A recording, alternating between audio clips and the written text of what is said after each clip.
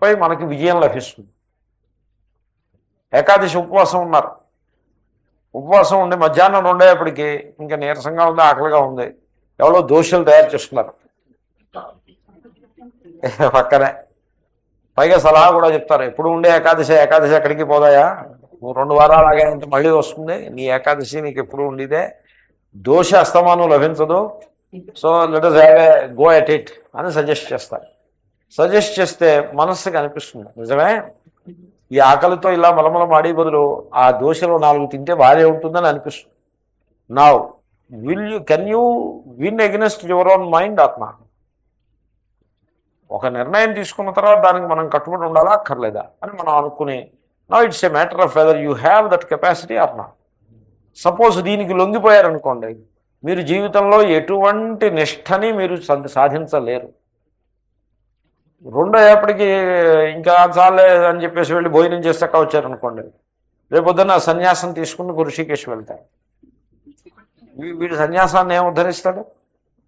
గృహస్థాశ్రమంలో ఉన్నప్పుడు ఏనాడు స్వధర్మాన్ని సరిగ్గా పాలించలేదు, ఎక్కడికక్కడికే కాంప్రమైజు, లంచం తీసుకునే దగ్గర కాంప్రమైజే, ట్యాక్స్ కట్టడం దగ్గర కాంప్రమైజే, వ్రతనిష్ట దగ్గర కాంప్రమైజే, అన్ని కాంప్రమైజులే.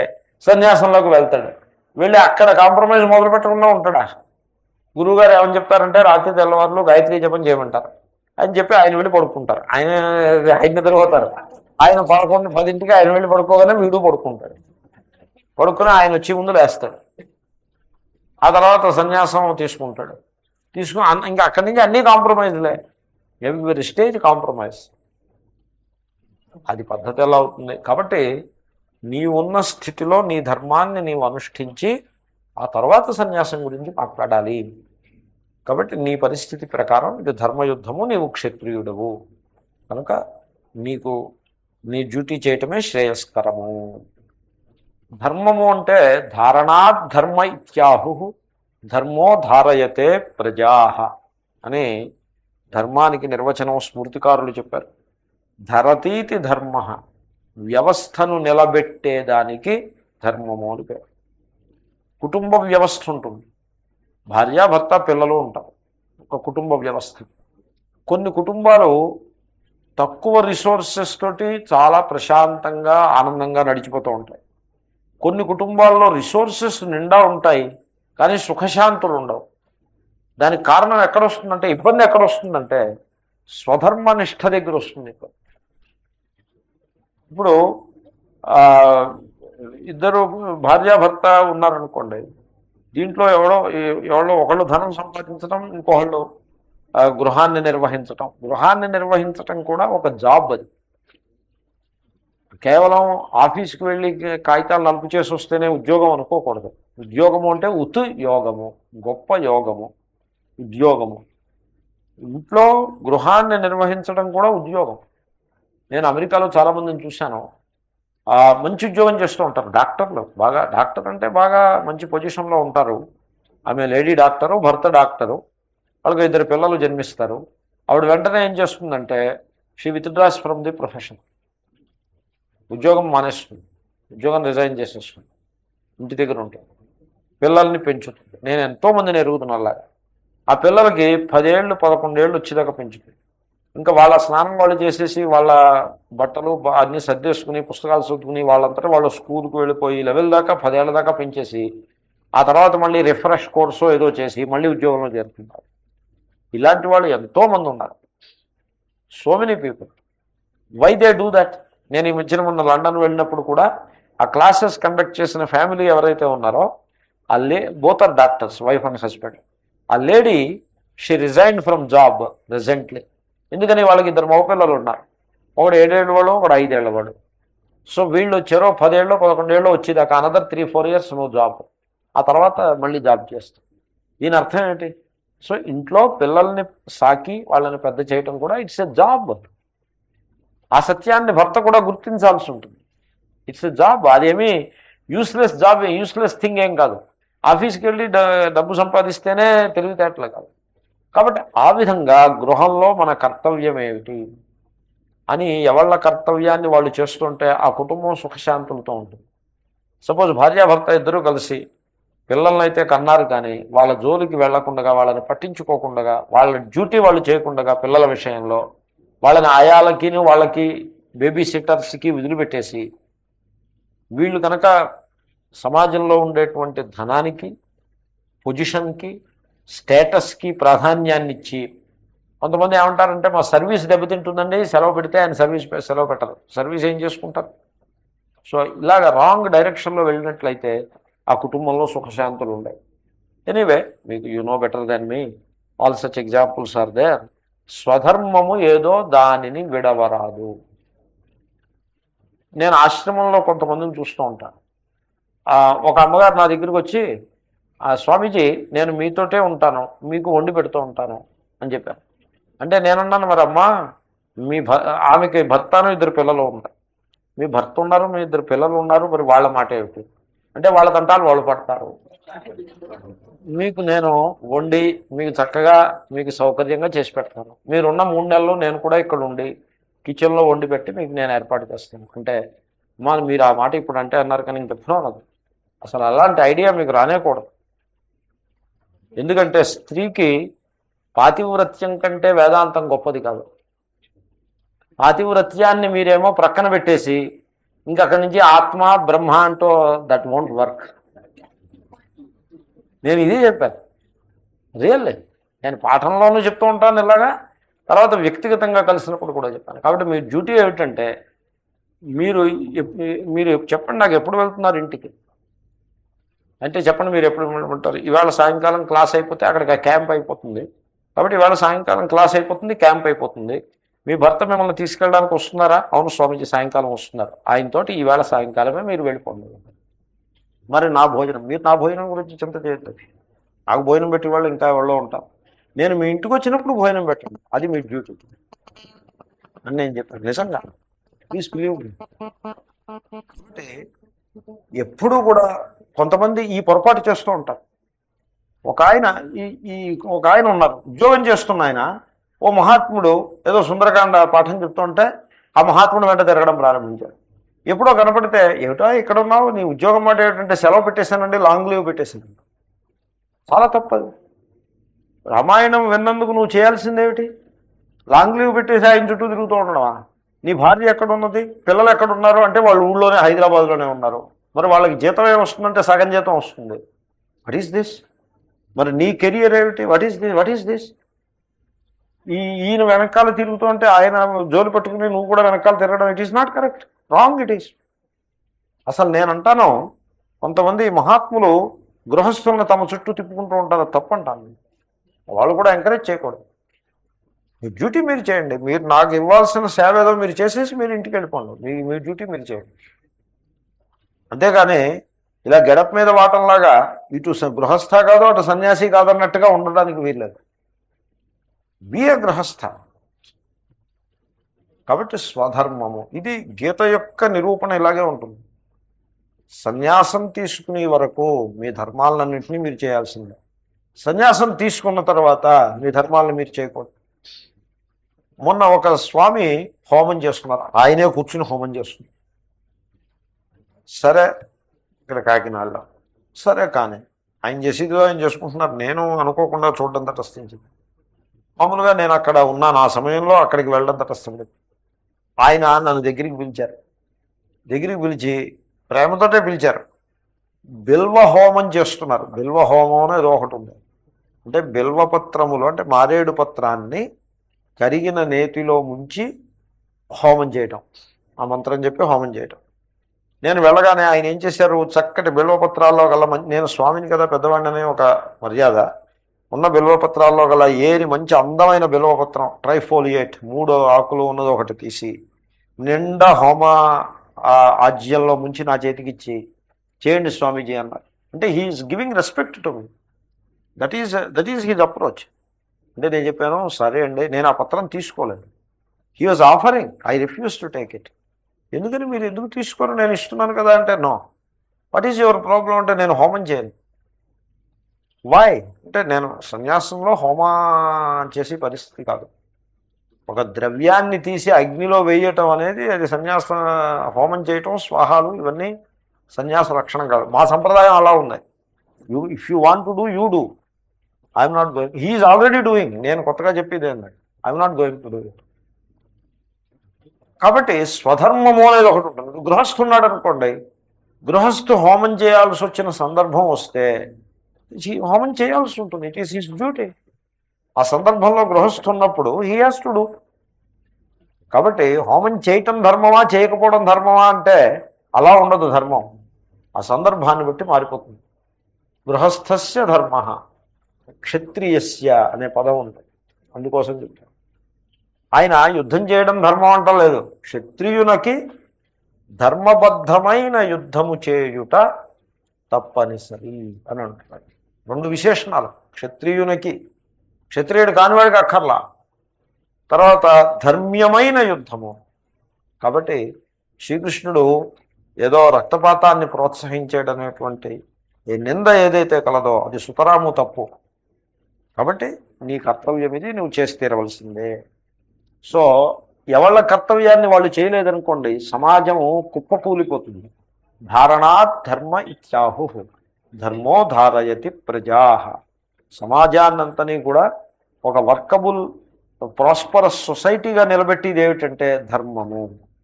ఆ ధర్మంలో teachers should teach, finance people should undertake financial activities, and police and army should do their duty. డ్యూటీలు కొన్ని ఒకప్పుడు కొన్ని ఎలా ఉంటాయంటే అన్ప్లెజెంట్గా ఉంటాయి. అదే అనే మరి రాగద్వేషాలు అంటారు. కొంతమంది గవర్నమెంట్ ఉద్యోగులు ఎలా ప్రవర్తిస్తారంటే, నన్ను ఆ సెక్షన్లో వేస్తే నేను వెళ్తాను, లేకపోతే వెళ్ళనంట. వీడే ఛాయిస్.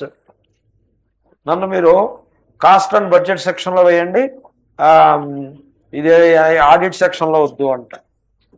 అరే who are you to ask like that? అసలు అలాగ ఎంటర్టైన్ చేయకూడదు. నీ డ్యూటీ ఏమిటో నువ్వు చేయి. వై షుడ్ యూ అంటే ఇక్కడ నాకు డ్యూటీ నచ్చుతుంది, అక్కడ డ్యూటీ నచ్చదు. What is this? డ్యూటీ నచ్చకపోవడం ఏంటి? కొంతమంది ఏమంటారంటే జాబ్ సాటిస్ఫాక్షన్ లేదు అంటారు. తప్పది. జాబ్ సాటిస్ఫాక్షన్ లేదు అని నువ్వు జీతం తీసుకుంటున్నా అనడానికి వీల్లేదు. అలా అనడం వల్ల నీకు నువ్వే హాని చేసుకుంటున్నావు. ఎందుకంటే చేయక తప్పదు, జీతం తీసుకుంటున్నాం కనుక. చేయక తప్పదు కనుక అప్పుడు నువ్వు చేస్తూ తిట్టుకుంటూ చేస్తున్నట్లయితే అది దెబ్బతింటుంది, ఆ డ్యూటీ దెబ్బతింటుంది. ఒకసారి నాకు for me one biological project I was asked to do some biological project, biology related project. నేను చెప్పాను, I'm a chemistry man, I'm not connected with biology project, I'm not going to do it. No you should do it. Then again I told, you please think about it. నేను మళ్ళీ రేపు పొద్దున్న వస్తాను, అప్పుడు చెప్పండి మీరు. I won't do it because I am a chemistry man. I don't know that, and also I am not involved in. I am not interested in getting involved in biological things. I am not trained for it. Only chemistry. Therefore, మీరు రేపు పొద్దున్న చెప్పండి. మీకు సుతరాము తప్పనిసరి అన్నట్లయితే నేను I will search for another job. I will resign and do another job. So that project was removed. కాబట్టి అంతేగాని దాంట్లో ప్రవేశించి చేయమన్నాడు కాబట్టి ప్రవేశించి ప్రమోషన్ పోతుందేమోనో ఏదో బెంగెట్టుకునే దాంట్లో ప్రవేశించి అదేమో నాకు ఇష్టం లేదు ఇది అయినా చేస్తున్నాను, అలాగా ఎందుకని అలా ఉండాలి? కాబట్టి ఎప్పుడూ కూడా స్వధర్మం విషయంలో కరాఖండిగా మనిషి ఉండాల్సిందే. జాబ్ సాటిస్ఫాక్షన్ లేదు అనేటువంటి మాట కూడా సరికాదు. చేసేటువంటి నా కర్తవ్యం అవునా కాదా? కర్తవ్యమే. Then it is satisfactory, it should be satisfactory.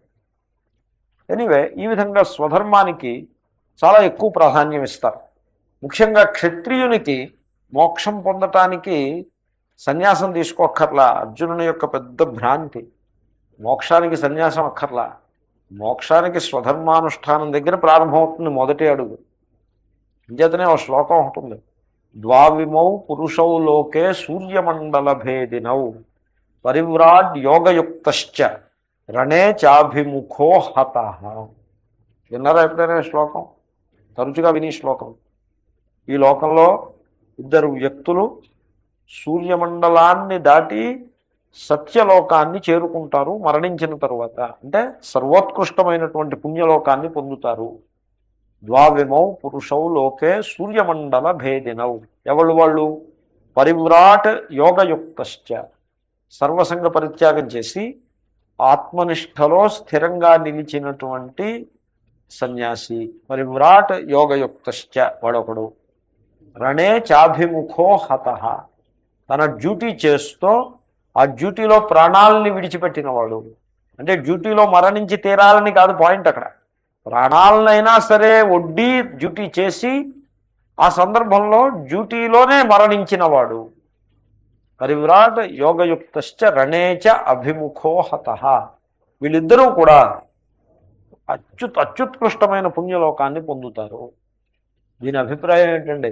Duty చేసేవాడు డ్యూటీని మానేసి సన్యాసం తీసుకోవాల్సిన అవసరం లేదు. అంటే అర్జునుడు చేసినట్టుగా డ్యూటీని రిప్లేస్ చేయడం కోసం సన్యాసం, అది నేను అనేది. సో అంటే అప్పులన్నీ చేసేసి సన్యాసం తీసుకోవటం అలాంటిదన్నమాట. సో డ్యూటీ నుంచి తప్పించుకోవడం కోసం సన్యాసం చాలా తప్పదు. ఎందుకంటే వీడు డ్యూటీ నుంచి తప్పించుకోవడం కోసం సన్యాసం తీసుకుంటే అక్కడికి వెళ్ళి ఆ సన్యాసాశ్రమానికి వన్నె తెస్తాడా ఏమన్నా, దాన్ని కూడా పాడు చేసి పెడతాడు. అంచేతనే అలాగే సన్యాసం ఇవ్వరు కూడా, అలాగే సందర్భం లేకుండా సన్యాసం ఇవ్వరు. అలాగే ఒకవేళ పొరపాటున అలాంటిది ఏదైనా అయిందంటే వాడు ఆ సన్యాసానికి కూడా ఏదో ముప్పు తీసుకొస్తాడు, ఏదో ట్రబుల్ తీసుకొస్తాడు. కాబట్టి you should do your duty, that is the point. భాష్యం స్వధర్మమపి, అది ప్రతీక. స్వధర్మ క్షత్రియస్య యుద్ధం తమపి, స్వ తన ధర్మము. క్షత్రియుడికి తన ధర్మం ఏమిటి? యుద్ధం. ఆ సందర్భం అలా ఉంది. పోలీసుని నువ్వు ఎందుకు కాల్చేవు అని అడగడం చాలా తప్పదు. అలాంటి ప్రశ్న వేయకూడదు ఎప్పుడు కూడా పోలీసు. ఎందుకంటే పోలీసు కాల్పులు జరపడం వాడి యొక్క ధర్మం. అది కాల్పులు జరపడం అంటే, ఇప్పుడు నేరగాడు ఉంటాడు, నేరగాడు వాడు గన్ను పట్టుకుని ఉంటాడు, వాడు కాల్స్తుంటే పోలీసు ఏం చేయాలంటారు? Should he keep quiet? No, you should fight back. అది వాడి స్వధర్మం. కాబట్టి క్షత్రియునకు యుద్ధం స్వధర్మం. అంటే వీటి క్షత్రియుడు అన్నవాడు హిట్లర్ లాగా అందరి మీద యుద్ధాన్ని ప్రకటించాలని కాదు, ధర్మ్యమైన యుద్ధం, ధర్మబద్ధమైన యుద్ధం, అది అది స్వధర్మం. కాబట్టి అది స్వధర్మం. దానిని కూడా స్వధర్మమపి తమపి, దానిని కూడా అవేక్ష్య త్వం న వికంపితుం ప్రచలితుం న అర్హసి. సో స్వధర్మాన్ని అవేక్ష్య అంటే చూచి, అంటే పరిగణించి, లెక్కలోకి తీసుకుని. ఎప్పుడు కూడా మనం ఏం చేస్తామంటే మన రాగద్వేషాలనే లెక్కలోకి తీసుకుంటాం. రాగద్వేషాలను లెక్కలోకి తీసుకుంటే స్వధర్మం చేయాలని అనిపించదు ఒకప్పుడు. అలా ఉంటుంది సాధారణంగా. ఇప్పుడు ఎవరికైనా సేవ, ఇంట్లో పెద్దవాళ్ళకి ఎవరికైనా సేవ చేయాల్సి వచ్చింది అనుకోండి, బా ఇది న్యూసెన్స్ అయిపోయిందే అని అనిపిస్తుంది. ఎందుకంటే అసలు ఎదరవాళ్ళకి తనకి తాను సేవ చేసుకోవటంలో ఉన్న ఆనందం ఎదరవాళ్ళకి చేయటంలో ఎలాగూ లేదు. అందులో ఆ ఎదరవాళ్ళు మనకి నచ్చని మనుషులు అనుకోండి, ఇంకెలాగ సేవ చేయబుద్ధి కాదు, ఎలాగ తప్పనిసరిగా చేయటం. దాన్ని రాగద్వేషాలు అంటారు. రాగద్వేషాలు టేక్ ఓవర్ చేసేస్తే అలాగే ఉంటుంది. కొన్నింటి మీద రాగం ఉంటుంది, కొన్నింటి మీద ద్వేషం ఉంటుంది. నాకు రాగం ఉన్నది చేస్తాను, ద్వేషం ఉన్నది చెయ్యను, ఇది రాగద్వేషాలు. ఇప్పుడు ఈ స్వధర్మం మీద రాగం ఎవరికీ ఉండదు. జనరల్గా స్వధర్మం మీద రాగం ఉంటే వాడు ధర్మాత్ముడు అని అంటారు. వాడిని స్వధర్మం మీద రాగం ఉంటే బోధలో ఒక్కర్లో చేసుకుంటూ పోతాడు. అధర్మం మీద ద్వేషం ఉంటే ఇంకా వాడు ధర్మాత్ముడు. కానీ వీడికి స్వధర్మం అన్నది చాలా అన్ప్లెజెంట్గా ఉంటుంది. అన్ప్లెజెంట్ డ్యూటీ అని అంటారు. మాకు ఎలాగుంటుందంటే ఇక్కడ కొన్ని ఫ్యాక్టరీస్లో 8 అవర్స్లో వాడిని డ్యూటీ చేయమంటే చేయడు, ఓవర్ టైంలో చేయమంటే చేస్తాడు. గమనించడం లేదా? 8 అవర్స్ అయిపోయిన తర్వాత ఇంకో 2 అవర్స్ నీకు ఓవర్ టైం రాస్తాను చేయరా అంటే ఎంత పెర్ఫెక్ట్గా చేస్తాడంటే అంత పెర్ఫెక్ట్గా చేస్తాడు. ఎందుకంటే దానికి 1.5 టైమ్స్ జీతం ఇస్తారు ఓవర్ టైం. అంటే వాడికి ఇస్తున్న జీతం మీద శ్రద్ధ ఎప్పుడో పోయింది, ఈ అదనం మనీ మీదే వాడికి శ్రద్ధ ఉంటుంది. అలాగే ఈ లంచం పుచ్చుకుని వాడి దగ్గరికి 10 ఫైల్స్ వస్తే వాడి స్వధర్మం అన్ని ఫైల్స్ని పరిశీలించి పని చేయటం, అది చేయడం. ఏ ఫైల్ నుంచి డబ్బు అదనంగా వస్తుందో అదే చేస్తాను. ఇలాగ ఉండకూడదు. స్వధర్మాన్ని పరిగణనలోకి తీసుకుని నీవు చెలించరాదు. చెలించడం అంటే దేని నుంచి చెలించకూడదు అంటే నీ ధర్మం నుంచి నీవు చెలించవద్దు. స్వాభావికాత్ ధర్మాత్ ఆత్మస్వాభావ్యాత్ ఇత్యభిప్రాయ.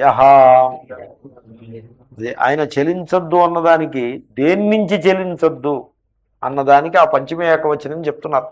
దేని నుంచి చెలించద్దు అని మీకు శ్లోకంలో లేదు. చెలించడము అంటే there must be a locus from which the person moves away. ఆ లోకస్ ఏమిటో చెప్తున్నారు. అదేమిటంటే స్వాభావికమైన ధర్మము, ఆత్మస్వాభావ్యము, తనకు స్వయముగా సంప్రాప్తమైన ధర్మమేదో అది, దాని నుంచి చెలించ పక్కకి జరగవద్దు. తనకు స్వయంగా సంప్రాప్తమైన ధర్మం ఒకటి ఉంటుంది. ఇప్పుడు వేద పండితుడు ఉంటాడు, వేదం చదువుకుంటూ ఉంటాడు. వాడి చేతిలో ఒక కర్ర పెట్టి, లేకపోతే కత్తి పెట్టి, లేకపోతే తుపాకీ పెట్టి వెళ్ళు శత్రువుల్ని కాల్చిరా అంటే వాడు ఏం కలుస్తుంది?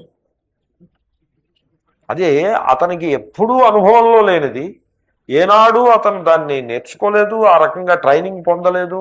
అతను వెళ్ళి యుద్ధం ఏం చేస్తాడు? కాబట్టి అది అతనికి స్వాభావికమైన ధర్మం కాదు, ఆత్మస్వాభావ్యాత్, అతని యొక్క అంతరంగంలో నెలకొన్నటువంటి ధర్మం కాదు అది. అతని ధర్మం ఏమిటంటే చక్కగా వేదాన్ని అధ్యయనం చేసుకుని తాను తన యొక్క జ్ఞానాన్ని పరిరక్షించుకుంటూ దాన్ని 10 మందికి అందజేసి ప్రయత్నం, అది స్వధర్మం. యూనివర్సిటీ ప్రొఫెసర్ ఉంటాడు, యూనివర్సిటీ కాలేజీ లెక్చరర్ ఉంటాడు. కాలేజీ లెక్చరర్స్ ఏం చేస్తూ ఉంటారంటే కాలేజీలో పాఠం చెప్పరు, ప్రైవేట్ ట్యూషన్లు చెప్తూ ఉంటారు.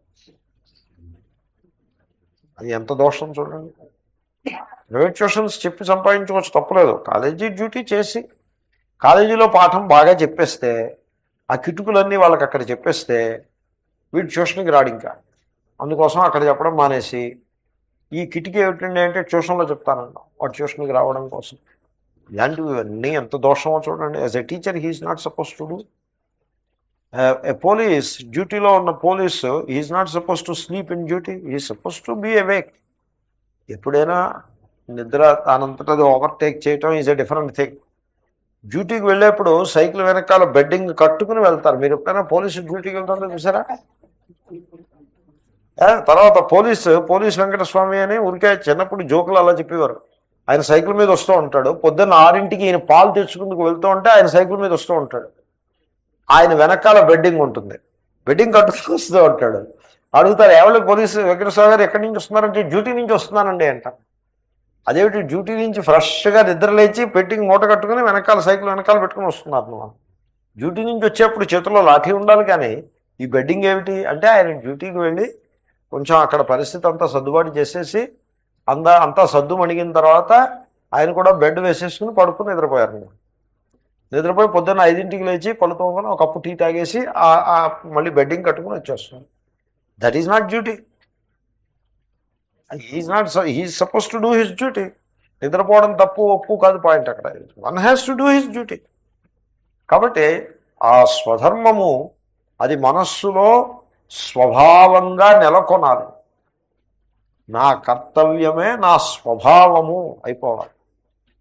ఇప్పుడు ఆఫీస్లో పనిచేసే స్వభావం డ్యూటీ ఉందనుకోండి, ఆఫీస్కి వెళ్ళగానే చాలా స్పాంటేనియస్గా టైంకి వెళ్ళిపోవడం, ఫైల్స్ ఓపెన్ చేసేయటం, వర్క్ చేసేసుకుంటూ పోవడం. ఎవరో వచ్చి లంచ్ టైం అయింది పాటికి లేవండి అంటే గమ్మున లేచి లంచ్ చేసి రావటం, అలా ఉండాలి. స్వభావం అయిపోవాలి. డ్యూటీని స్వభావంగా మార్చేసుకోవాలి. కానీ బలవంతపు బ్రాహ్మణార్థం ఏదో సామెత ఉంది, బలవంతపు తద్దినంలాగా ఎప్పుడు చేసినా బలాత్కారంగా ఇష్టం లేని పని, మొక్కుబడి పని చేసినట్టుగా అలా ఉండకూడదు. స్వధర్మాన్ని ప్రేమించటం నేర్చుకోవాలి. భారతదేశంలో స్వధర్మాన్ని పక్కన పెట్టడం చేతే ప్రతివాడు కూడా మనం అభివృద్ధి చెందలేకపోతున్నాం. అన్ని రిసోర్సెస్ ఉంది. ఇదే మనవాళ్ళు మరో దేశానికి వెళ్తే స్వధర్మాన్ని నిష్ఠగా చేస్తారని పేరు. అంచేతనే ఎక్కడికి వెళ్ళండి, ఇండియన్ కనుక అప్లై చేస్తే ఉద్యోగానికి తక్కువ ఉద్యోగానికి తీసుకుంటారు.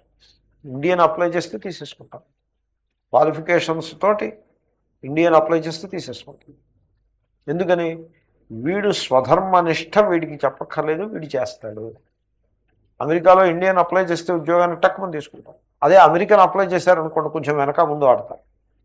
ఎందుకంటే వీడు కొంచెం అల్లరి చేష్టలు ఉంటాయి, కొంత పొగరమోత్తనం ఉంటుంది, రాత్రిపూట ఏదో హడావిడి చేస్తూ ఉంటాడు, రాత్రిపూట తాగేసి ఉంటాడు, పొద్దున్న హ్యాంగ్ ఓవర్లో డ్యూటీకి వస్తాడు, ఇలాంటి డౌట్లు అన్నీ ఉంటాయి.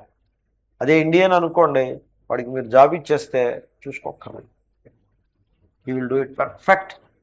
ప్రొఫెసర్ హెచ్సి బ్రౌన్ అని ఒక ఆయన ఉండేవాడు పర్జ్యూ యూనివర్సిటీలో, ఆయన నోబెల్ లారెట్ ప్రొఫెసర్. ఆయన దగ్గర 40 మంది పోస్ట్ డాక్టరల్ రీసెర్చ్ ఫెలోస్ ఉండేవారు. 40 మంది అంటే యూనివర్సిటీ ఆయనకు అంత గ్రాంట్ ఇస్తుంది. 40 మంది పోస్ట్ డాక్టరల్ ఫెలోస్ని ల్యాబొరేటరీలో పెట్టుకుని వాళ్ళందరికీ ఫెలోషిప్స్, వాళ్ళు పనిచేసేటువంటి కెమికల్స్కి కావాల్సిన డబ్బు, రీసెర్చ్ అంత డబ్బు ఆయనకి ప్రభుత్వం ఇస్తుంది. ఆ డబ్బుతో ఆయన రీసెర్చ్ చేస్తూ ఉంటారు. ఆ విధంగానే నోబెల్ లారెట్ అయ్యారు ఆయన. ఆయన దగ్గర ఉన్న 40 మంది ఇండియన్సే, 39 మంది ఇండియన్స్ కాదు, 40 మంది ఇండియన్సే. ఆయన రీసెర్చ్ పబ్లికేషన్స్ అన్నింటిలోనూ హెచ్సి బ్రౌన్ అండ్ మిగతా పేర్లన్నీ ఇండియన్ పేర్లే. ఆయనకి నోబెల్ లారెట్ ఇచ్చినప్పుడు సుబ్బారావు అనే ఆయన ప్రారంభ శిష్యుడు. నోబెల్ లారెట్ ఇచ్చినప్పుడు ఆయన నోబెల్ లెక్చర్లో ఏం చెప్పాడంటే, ఇది నేను సుబ్బారావు కలిసి చేసిన వర్క్, ఆ తర్వాత ఇంకా ఇండియన్ స్టూడెంట్స్ గురించి చెప్పాడు ఆయన నోబెల్ లెక్చర్లో. ఆ నిష్ఠ అలాంటిది. ఆయన అడిగారు ఎప్పుడో, అమెరికన్ స్టూడెంట్స్ని ఎందుకు తీసుకోరు మీరు, వాళ్ళు సరిగ్గా పనిచేయరండి ఏం చెప్పాడు. చూడండి, స్వధర్మ నిష్ఠ అంటే ఎంత బలంగా ఉందో. పరదేశంలో ఉన్నప్పుడు స్వధర్మాన్ని, నా డ్యూటీని నేను చేయాలి, మంచి పేరు తెచ్చుకోవాలి అనేటువంటి శ్రద్ధ ఉన్నప్పుడు, మరి స్వదేశానికి వస్తే ఎందుకు లేదు? స్వదేశానికి వస్తే కాదు, స్వదేశంలో ఉన్నప్పుడు ఎందుకు లేదు? ఎంతో దురదృష్టం. అంచేతనే ఇండియన్ కమ్యూనిటీ ఎక్కడికి వెళ్ళినా చాలా ఫ్లరిషింగ్గా ఉంటారు. ఇండియన్ కమ్యూనిటీ ఎక్కడికి మీరు వెళ్ళండి, they are very flourishing people. You go to London, you go to Scotland, anywhere you go, Brussels, ఎక్కడ చూసినా మన వాళ్ళు flourishing. They are not low cadre వర్కింగ్గా ఉంటారని మీరు అనుకోదు, ఫ్లరిషింగ్. బట్ ఇండియాలో as a nation we're not flourishing. కారణం ఏంటంటే స్వధర్మనిష్ట లేకపోవడం. కాబట్టి అది స్వభావం అయిపోవాలి. ఆ స్వభావాన్ని చేసేసుకుని దాని నుంచి ప్రక్కకి జరగకుండా మనిషి స్వధర్మాన్ని చేసుకుంటూ పోవాలి. తచ్చయుద్ధం పృథివీ జయద్వారేణ ధర్మార్థం ప్రజారక్షణార్థం చ ఇది ధర్మాదనపేతం పరం ధర్మ్యం తస్మాత్ ధర్మ్యాత్. అది ధర్మ్యాత్ అనే పదానికి అంతవరకు వివరణ. ఈ యుద్ధము క్షత్రియునకు, అర్జునునికి యుద్ధం స్వధర్మం అన్నాం. అది ఎలా అయింది స్వధర్మం అంటే, చూడు, యుద్ధం చేసినట్లయితే దుర్యోధనుడితోటి నీవు నెగ్గేవనుకో, నెగ్గితే ఏమిటవుతుంది? పృథివీ జయద్వారేణ, ఆ భూభాగము, ఆ రాజ్యమును జయించుకోవటం అవుతుంది. పృథివీ అంటే రాజ్య భాగాన్ని మొత్తం పృథివని కాదు, ఆ రాజ్య భాగాన్ని జయించుకుంటాడు. జయించుకుని దాంట్లో తన పరిపాలన నెలకొల్పుతాడు. తద్వారా ధర్మాన్ని పరిరక్షిస్తాడు. ధర్మార్థం, ధర్మరాజు గారు రాజు అవ్వటానికి పరిస్థితిని సుగమం చేస్తాడు. అర్జునుడి డ్యూటీ కదా అది. ధర్మరాజు గారు రాజు అయితే అర్జునుడు యువరాజు అవుతాడు. ధర్మరాజుకి పెద్ద వయసున్న కొడుకులు ఎవరు లేరు కదా, యువరాజు అర్జునుడు అవుతాడు. అర్జునుడు సెకండ్ భీముడో అర్జునుడో హూసోఎవర్. అప్పుడు ధర్మరాజు గారి యొక్క ధర్మ కార్యంలో తాను సహాయం చేస్తాడు. ఆ విధంగా ప్రజారక్షణార్థంచ, ప్రజలకి రక్షణని కలిగిస్తాడు. దుర్యోధనుని యొక్క అక్రమ పాలన నుండి సమాజానికి విముక్తిని కలిగిస్తాడు. ఇదంతా ఏమిటవుతుంది? ధర్మాత అనపేతం ధర్మ్యం. ఈ విధంగా ఇప్పుడు నువ్వు చేయబోయే యుద్ధంలో ధర్మం నుంచి ప్రక్కకి వెళ్ళిపోయినటువంటి అంశం ఇంత పిసర కూడా లేదు. అధర్మం అనేది లేనే లేదు. దుర్యోధనుడు చేసిన ఛాలెంజ్ అదంతా స్టోరీ అంతా మీకు తెలుసు. అటువంటి ధర్మబద్ధమైన యుద్ధం నుంచి దూరంగా జరగటం అన్నది క్షత్రియుడై ఉండి అది అన్నడు తగదు. యుద్ధాత్ శ్రేయ అన్యత్ క్షత్రియస్య న విద్యతే హీ యస్మాత్. ఈ యస్మాత్ చిట్ట చిగురునుందేమని మీరు అనుకోద్దు, అది మొదట పెట్టుకోవాలి.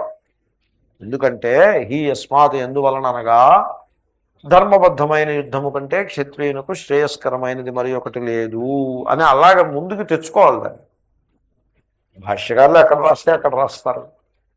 కాబట్టి నీవు ఆ విధంగా ఈ యుద్ధాన్ని చేయటమే నీ యొక్క డ్యూటీ అవుతుంది. ఆ పైన ఇష్టం. శ్రీకృష్ణుడు is not going to force him. యథేచ్ఛసి తథాకురు అని అంటాడు కూడా తర్వాత. నీకు ఎలా వస్తే అలా చేయమంటాడు. అడిగేవు కాబట్టి చెప్తున్నాను, నీ డ్యూటీ నువ్వు చేసుకో. ఇది ఎలాగంటే పరీక్ష రాయడానికి ముందు, ఎంసెట్ పరీక్ష రాయడానికి ముందు, ఏమండి ఎంసెట్ పరీక్ష రాయాలంటారా, కామర్స్ కూడా మంచిదేనేమో, కామర్స్ చదివిన వాళ్ళు కూడా జీవితంలో బాగా పైకి వస్తారు, ఇంజనీర్లే అవ్వాలనే ఉంది, ఈ ఇంజనీర్ల యొక్క కాంపిటీషన్ కూడా పెరిగిపోతే ఉద్యోగాలు దొరుకుతాయో దొరకవో అని ఒక విద్యార్థి నాతో చెప్పాడు. నేనన్నాను, నువ్వు చెప్పిందంతా కరెక్టే, ఆ విషయం నేను నీతో తర్వాత మాట్లాడతాను, I will discuss with you later. పరీక్ష ఎప్పుడు? రేపు పరీక్ష. రేపు పరీక్ష రాసే, ఇవాళ రాత్రి కష్టపడి చదువు, రేపు పూచీగా వెళ్ళి శ్రద్ధగా పరీక్ష రాసే. రాయడం అయిపోయిన వెంటనే నా దగ్గరికి రా, మన ఇద్దరం చర్చిద్దాం. ఒకతను బీఎస్సీ ఫైనల్ ఇయర్ చదువుతున్నాడు, నాకు బాగా గుర్తు, మంచి విద్యార్థి. జాన్యువరిలో నా దగ్గరికి వచ్చాడు. వచ్చి స్వామీజీ వివేక చూడమని చదువుకోవాలని వచ్చాను మీ దగ్గర. నేనన్నా నువ్వేం చదువుతున్నావో అన్నాను. బీఎస్సీ ఫైనల్ ఇయర్ చదువుతున్నాను. ఎప్పుడు పరీక్షలు ఎప్పుడంటే మార్చిలోనో ఏప్రిల్లోనో ఉంటాయి. జనవరిలో నీకు వివేక చూడమని కావాల్సి వచ్చిందా? ఏ సబ్జెక్ట్స్ చదువుతున్నావు? ఫిజిక్సా కెమిస్ట్రీ? ఏమిటి మెయిన్? Chemistry main. కెమిస్ట్రీలో మరి ఆ పార్ట్లన్నీ బాగా చదివేవా నువ్వు? లేదు చదవాలి. మరి అయితే వివేక చూడమని కంగారే వచ్చింది. వెళ్ళావు చదువుకో. బీఎస్సీ అయిపోయిన తర్వాత ఏం చేయాలన్నది ఒక డెసిషన్ తీసుకో, అప్పుడు ఆలోచిద్దాం. అప్పుడు కూడా కంగారు లేదు వివేక చూడడానికి, we will think of it, but not now. అంటే మరి అయితే అప్పుడు ఏం చేద్దాం? ఏదో ఇంకో సంథింగ్ మోర్. నేను చెప్పాను, no more discussions, I'm dismissing you now. I mean అయిపోయింది, ఇంటర్వ్యూ అయిపోయింది, నన్ను కలవడానికి వచ్చావు, కలవడం అయిపోయింది. Go home, take food and read well, no more discussions అని చెప్పి అది సాధ్యం. కాబట్టి స్వధర్మాన్ని అనుష్ఠించటానికి వెనకాడుతుంటే ఇంకొక ఏదో వేదాంతం పేరుతోటి స్వధర్మాన్ని పక్కన పెట్టేసి ప్రయత్నం చేస్తే అంత దోషం అదే కనపడుతుంది. తర్వాత శ్లోకం. యదృచ్ఛయా చోపపన్నం స్వర్గద్వారమపావృతం సుఖినః క్షత్రియాః పార్థ లభంతే యుద్ధమీదృశం. ఇది ఇంట్రెస్టింగ్ వెర్స్, కానీ కాంటెక్స్ట్కి మాత్రమే పనికొస్తుంది, అంతకు మించి పనికిరాదు. ఇప్పుడు ఒక సైనికుడిని సైన్యంలో యుద్ధం చేసేందుకను ఆ కళ, యుద్ధ కళని బాగా నేర్చుకున్నాడు అనుకోండి, ఎయిర్ ఫోర్స్ అకాడమీలో బాగా చదివి బోల్డంత ప్రాక్టీస్ చేసి ఆ యుద్ధ విమానాల్లో ఆకాశంలోకి వెళ్ళి ప్రభుత్వం వాళ్ళ యొక్క ఫ్యూయల్ బోల్డ్ అంతా ఖర్చు పెట్టి బాగా ట్రైనింగ్ అయ్యి he has become a perfect air force pilot అయ్యాడు అనుకో. ఎయిర్ ఫోర్స్ అతని సర్వీస్ ఎప్పటి వరకు ఉంటుంది? 45 ఏళ్ల వరకు ఉంటుంది. ఆ సర్వీస్ మొత్తంలో ఏనాడు యుద్ధం జరగలేదనుకో, రిటైర్ అయిపోయాడు అనుకోండి, ఎలా ఉంటుంది అతనికి? How he feels? Heal feel sad. You believe me, heal feel sad. ఇంట్లో వాళ్ళు అనుకోవచ్చు యుద్ధం రాలేదు మనం అదృష్టవంతులు, ఇంట్లో వాళ్ళు అనుకోవచ్చు, అతను ఎన్నడూ అలా అనుకోడు. అరే బ్యాడ్ లక్, యుద్ధం మనం యుద్ధం చేసే అవకాశం మనకి లేకపోయిందే అని అనుకుంటాం. అంతేగాని తప్పించుకుపోయాను రా బతుకు దేవుడా అని ఎన్నడూ అనుకోడు. మీకు అటువంటి సైనికుడు ఒక్కడు కూడా కనపడ్డాడు. ఈ బిలీవ్ మీ. నిజానికి మోస్ట్ డిఫికల్ట్ సెక్టర్స్ కొన్ని ఉంటాయి, కార్గిల్ మొదలైన సెక్టర్స్లో మీరు వాలంటీర్స్ కింద వస్తారా అని అడిగితే, మాకు 100 మంది వాలంటీర్స్ కావాలి సైన్యంలోనూ, ఆ సైనికులే 100 మంది, ఆ సెక్షన్కి వెళ్లాల్సిన వాళ్ళు 100 మంది కావాలి, whoso ever volunteers please come forward అంటే 150 మంది ముందుకు వచ్చారు. అప్పుడు వాళ్ళు సెలెక్ట్ చేసి 50 మందిని పక్కన పెట్టేసి 100 మందిని పంపించారు. It was like that. ఎందుకంటే వాళ్ళు ట్రైనింగ్, యుద్ధం చేయడానికి ట్రైనింగ్ అయిన వ్యక్తికి యుద్ధము అని వచ్చినప్పుడు వెళ్ళిపోయే యుద్ధరంగంలో నిలబడి యుద్ధం చేసేందుకు ఉత్సాహంగా ముందుకు వెళ్తాడు, కానీ ఎలాగో అలాగా తప్పించుకోవాలని ఎన్నడూ అనుకోడు. ఆ మాటే చెప్తున్నాడు శ్రీకృష్ణ. చూడండి, ఎదురుచ్ఛయా ఉపపన్నం. ఈ యుద్ధము మనం కావాలని కోరి తెచ్చుకున్నది కాదు. అర్జునుడు కానీ ధర్మరాజు గారు కానీ కావాలని కోరి తెచ్చుకున్నది కాదు. దుర్యోధనుడికి కావాలని కోరి తెచ్చుకున్న యుద్ధం అది. మనం తప్పించుకుందామని ప్రయత్నం చేసినా కూడా ఆ దైవ ఘటన అలా ఉండబట్టి అది మన మీద వచ్చి పడింది. ఎదురుచ్ఛయా ఉపపన్నం. ఎదురుచ్ఛ అంటే ఈశ్వరేచ్ఛ. ఈశ్వరేచ్ఛ చేత మనం కోరకుండానే, భాష్యకారులు అప్రార్థితయా అని రాశారు, మనం కోరకుండానే, మనం వద్దనుకున్నా కూడా వచ్చి పడింది. ఇప్పుడు ఇంక ఈ యుద్ధము ఇది స్వర్గద్వారమపావృతం. స్వర్గమునకు ద్వారాన్ని తెరిచినట్లే.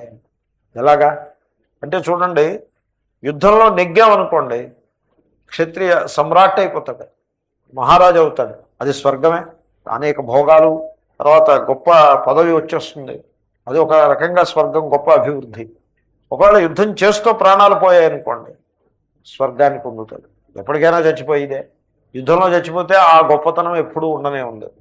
యుద్ధంలో చచ్చిపోకుండా, యుద్ధంలోకి వెళ్లకుండా వీడేమో యుద్ధానికి వెళ్ళడానికి భయపడి సరే తప్పించేసుకుని కార్ యాక్సిడెంట్ చచ్చిపోయాడు అనుకోండి, అప్పుడేమవుతుంది? అప్పుడు చచ్చిపోవడం ఎలాగో, కార్ యాక్సిడెంట్లో చచ్చిపోలేదండి, ఇంకో 10 ఏళ్ళు బతికి రిటైర్ అయ్యి 70 ఏళ్ళు వచ్చిన తర్వాత హార్ట్ అటాక్ వచ్చి చచ్చిపోయాడు. వాటి డిఫరెన్స్ ఇట్ మేక్స్. కాబట్టి అది క్షత్రియుడికి ఆ పరిస్థితి వేరు.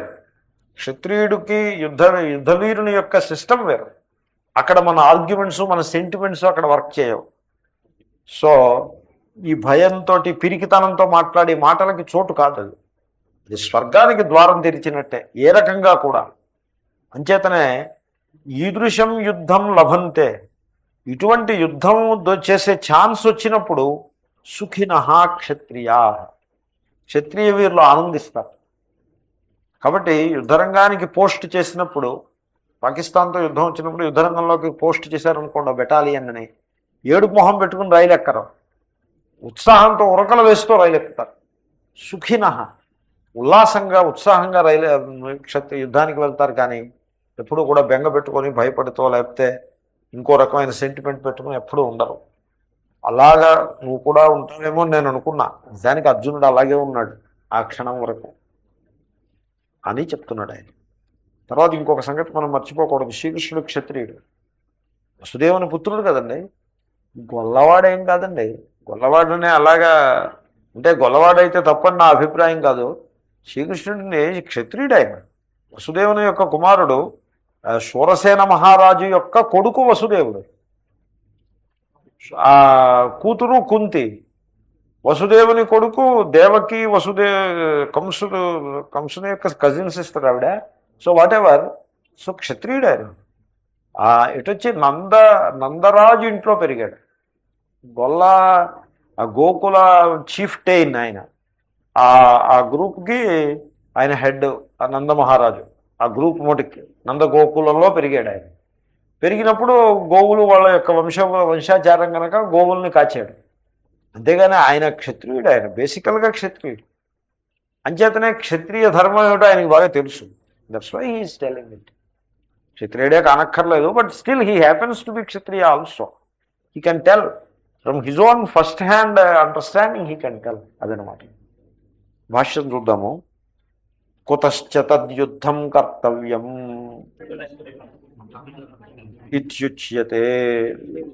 తద్యుద్ధం అంటే ధర్మబద్ధమైన యుద్ధము ఎందువల్ల చెయ్యాలి, చేయడానికి హేతువేమిటి అని ఒకవేళ అటువంటి ప్రశ్న వస్తే దానికి సమాధానం చెప్పబడుతోంది.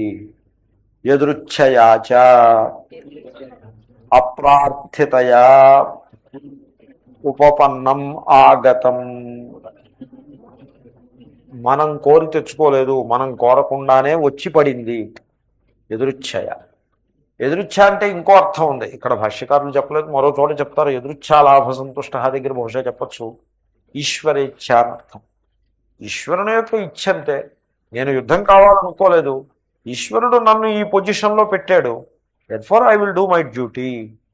డ్యూటీ చేయడం ద్వారా ఈశ్వరుని ఆరాధించినట్టు కూడా అవుతుంది. ఆ పాయింట్ తర్వాత రాబోతోంది. అది మళ్ళీ జనరల్ దాంట్లోకి వచ్చేస్తుంది. ఇవి కాంటెక్స్చువల్ వర్సెస్ కాబట్టి అది మనకి అనుకోకుండా వచ్చినటువంటిది. స్వర్గద్వారమపావృతం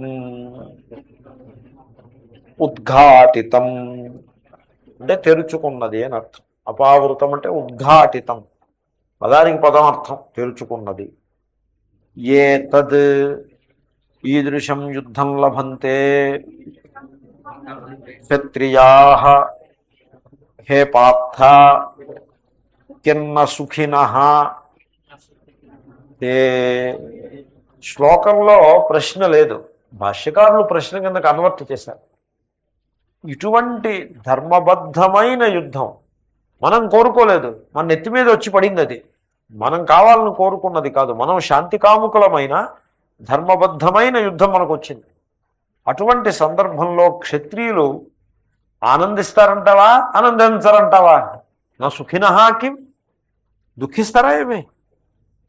నో, నెవర్. సుఖినః ఏవ, తప్పకుండా సుఖంగా సుఖపడ్డామంటే దే వెల్కమ్ ఇట్. బాగుంది, మన ట్రైనింగ్కి మంచి అవకాశం వచ్చింది. ఈ యుద్ధం ధర్మయుద్ధం, వాళ్ళు ఇలాంటి దుష్టులని మనం శిక్ష వేయాల్సిందే అని ఉరకలు వేస్తూ ముందుకు వెళ్ళిపోతారు, కానీ ఆ నీతి వచనాలు పలకరు. అది సంగతి. సో ఈ క్లాస్ మళ్ళీ తర్వాత కంటిన్యూ చేద్దాం. ఓం పూర్ణముద పూర్ణమిదం పూర్ణముద్యతే పూర్ణస్య పూర్ణమాదాయ పూర్ణమేవావశిష్యతే. ఓం శాంతి శాంతి శాంతి. హరి ఓం శ్రీ గురుభ్యో నమః. హరి ఓం తత్సత్. శ్రీకృష్ణార్పణమస్తు. సో రేపు ఉపనిషత్ క్లాస్ ఉంది 6 గంటలకు.